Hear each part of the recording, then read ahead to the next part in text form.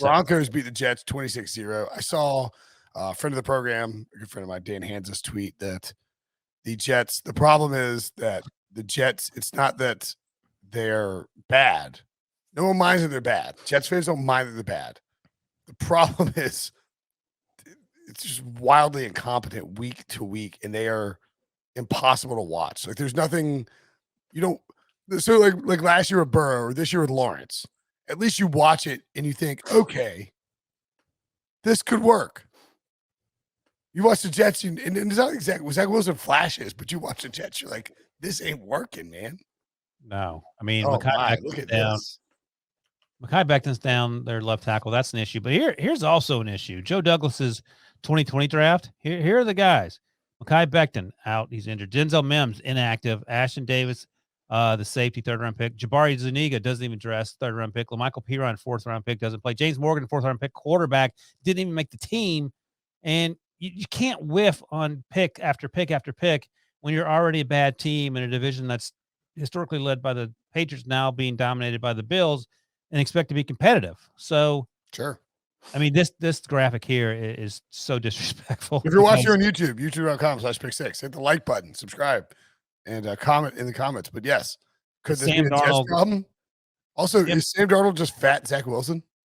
Yeah, they look a lot alike before and after. I mean, you get on the weight program and you look like Zach Wilson, but the upside is, Sam Darnold's actually much better now in Carolina. And here's the thing. You're exactly right about everything you said about the incompetence going on with the Jets, lack of players, whatever. This ain't Adam Gase's fault, so you can't blame him. And it ain't like this team is magically turning things around. So I don't. But the flip side of that is when you worry about Zach Wilson, if you're a Jets fan, is it's not like it's just him. Every rookie quarterback is struggling. I think rookie quarterbacks are 1-10 overall this season, and the only win came when 2 rookies face each other when it was Zach Wilson versus Mac Jones in that Patriots-Jets game. So it's not like any of the rookie quarterbacks. This class got pumped up too much. Let me ask you this, though, both of you. Here's the difference. Like, I'm not worried about Mac Jones, like him having a David Carr type meltdown from being hit 5,000 times.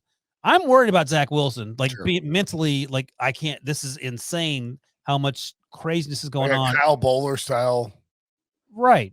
So, I mean, are you concerned on any level that maybe Zach Wilson is being asked to do too much too soon with too little around him? Whereas Mac Jones and even Trevor Lawrence, they understand there's going to be they'll have progress. I have seen very little progress from Zach Wilson. No, I feel like I've seen the same, like a poor man's version of Trevor Lawrence progress from Zach Wilson.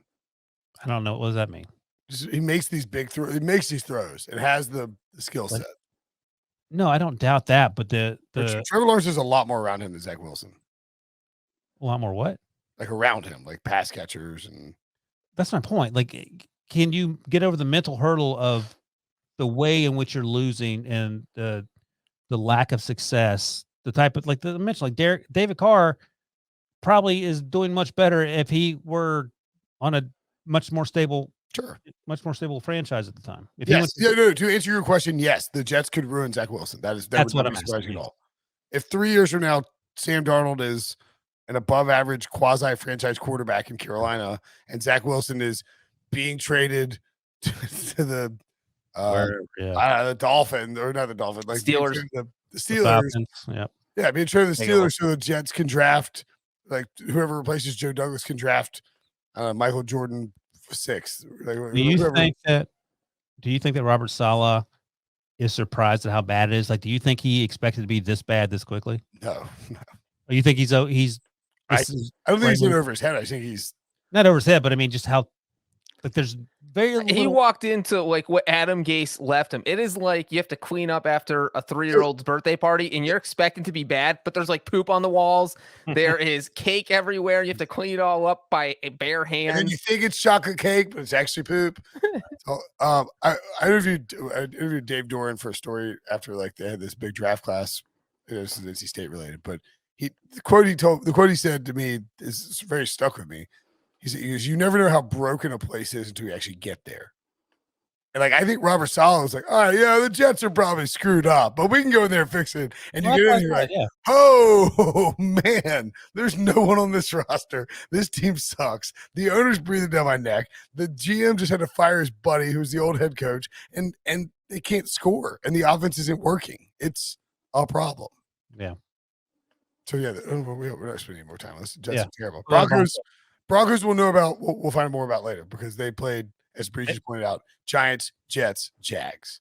They 3 teams with 0 wins. Why? I think- Why did we not bet the over the Broncos win total too? well, we didn't know what You Teddy. look at those 3 games and know that you're going to start 3-0.